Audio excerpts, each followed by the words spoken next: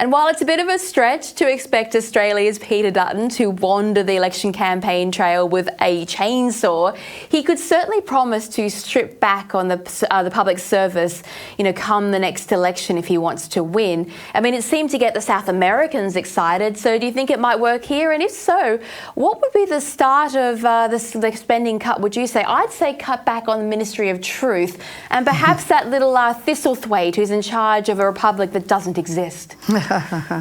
Well, look, I couldn't disagree with either of those suggestions.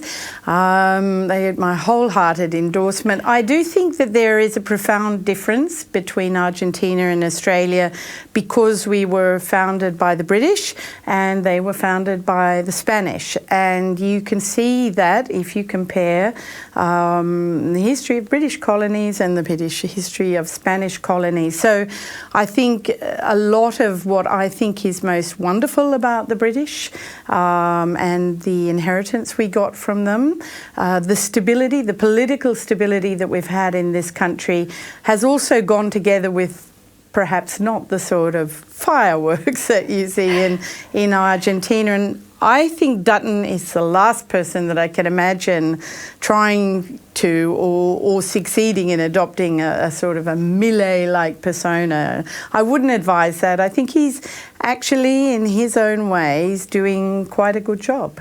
Well, as we reflect here over the holiday period, and we've all got a little bit of time to sit down and look at what happened to Australia over the last year, do you think Australians should pay attention to the story of Argentina? Because if anything, it is a cautionary tale of how dangerous radical left-wing politics can be and how difficult it is to free a country of it once it gets embedded in the political institutions of that nation.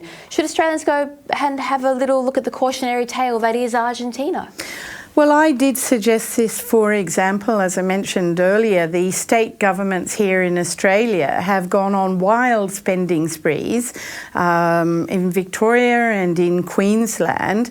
And as we saw in Victoria's history, of course, it's not the first time. Then we had, in the past, we had a Jeff Kennett come in and we had various sorts of privatisation. But actually, in the case of Victoria now, there's not a lot to privatise because it has been privatised in the past.